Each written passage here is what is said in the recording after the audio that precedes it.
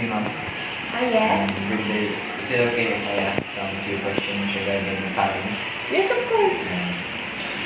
My question is, are all families the same?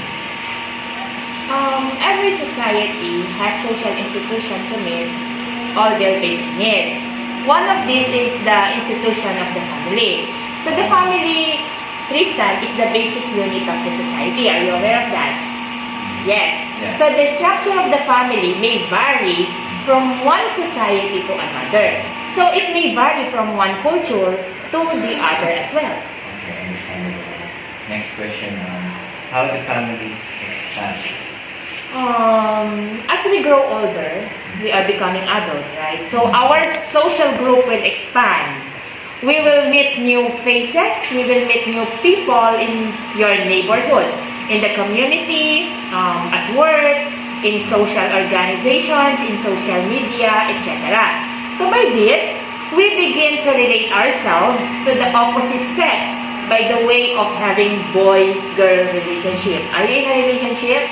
Not right now. Okay, so in the right time from there, we will be able to establish a society through a family. Okay? Last question. What?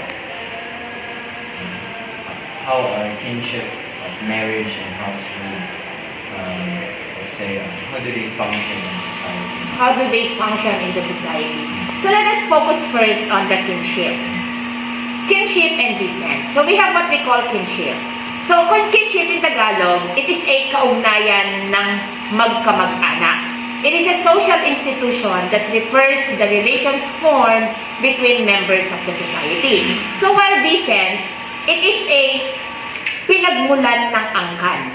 Okay? It refers to the origin or background of a person in terms of family or nationality, or it is a biological relationship. So you are living with whom? Right now, my aunt. You are living with your aunts. Alright. So, we also have what we call principles of descent. What are the principles of descent? Just like what I said a while ago, that descent, ito yung pinagmulan ng angkan or a biological relationship. But there are principles. The first is unilineal descent. What does it mean? It usually traces through a single line of ancestors, either from the patrilineal or matrilineal descent, but not both. So the unilineal, we have what we call patrilineal and matrilineal. So patrilineal descent affiliates a person with a group of relatives through his or her father.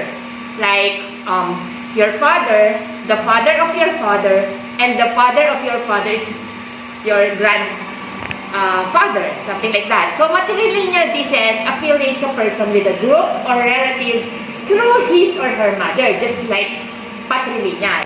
Alright, so we also have what we call another principle of descent is bilateral descent. So bilateral descent affiliates a person with a group of relatives through either his or her parents. So kinship is traced through both ancestral lines of the mother and the father.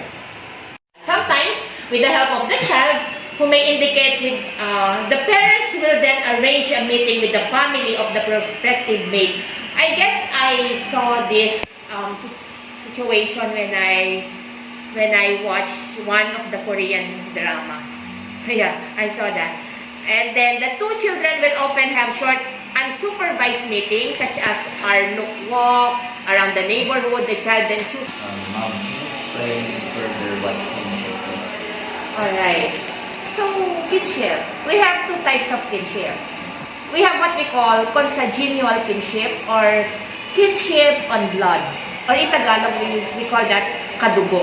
It is considered as the most basic and general form of relations. Example of this are the relationship or connection between parents and their children, between siblings, between nephews or nieces, and aunts, uncles. Another type of kinship is a penal kinship or kinship based on marriage.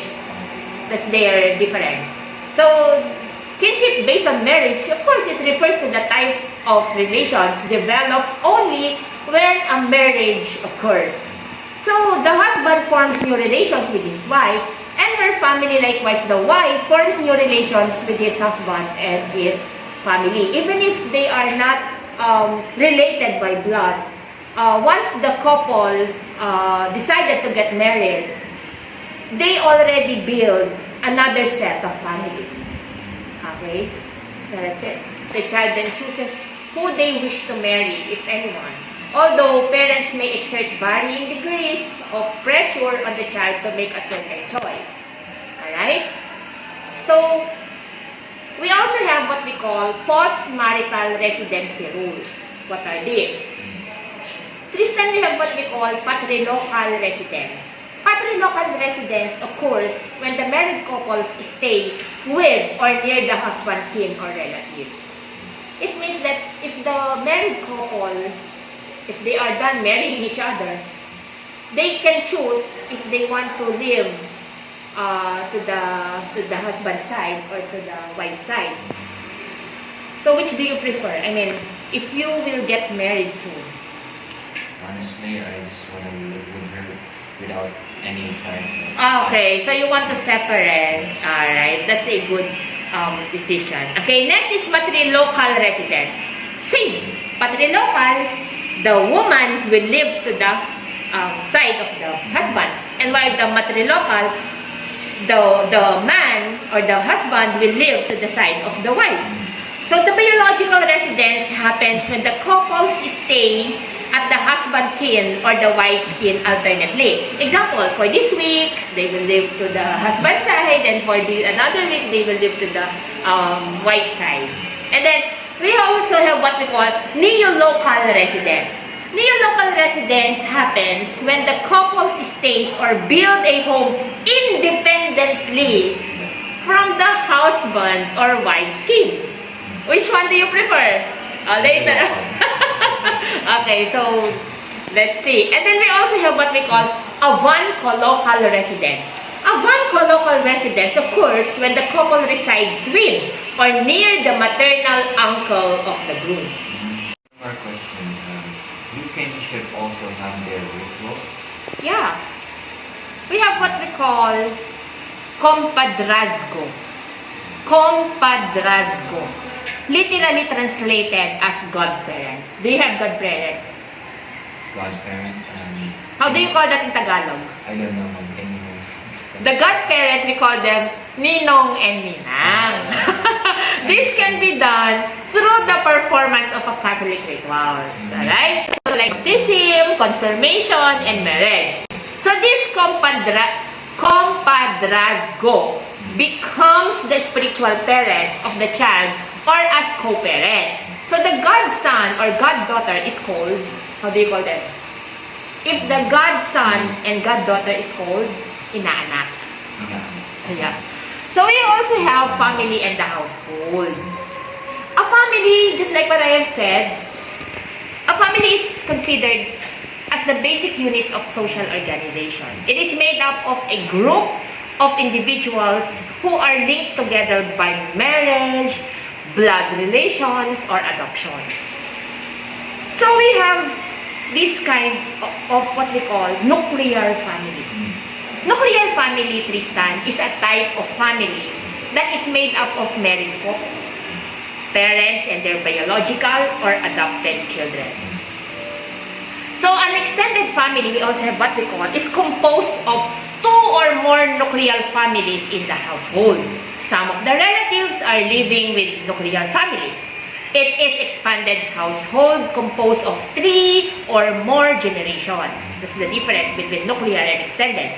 So we also have what we call blended family. So this type of family, where both parents, father and mother, have children from previous marital relationship, but all the members stay in the household to form a new family. So this is also called a step family, reconstituted family, or a complex family. So the next one is conditionally separated family. What does it mean? It is the type of family where a member is separated from the rest of the family due to unemployment, military service, sickness, OFW, etc. And the last one is transnational family. What does it mean? It is the type of a family who lives in more than one country. They may spend part of each year from one country to the other. This is caused due to employment or military service or parents as well. Okay? So, for the last one, we have what we call, Tristan, kinship of politics. So, the political dynasties and alliances. So, in the Philippines, here, political dynasties refer to a family who are involved in political or several generations. You know that. So, most politicians elected in public offices and government positions are relatives. And then we also have what we call political alliances. The political alliances, political parties tend to align or agree to cooperate to each other for common political agenda to ensure victory in the elections or guarantee the passage of legislation. Did I answer all your questions? Yes, ma'am. Very Did you- well said.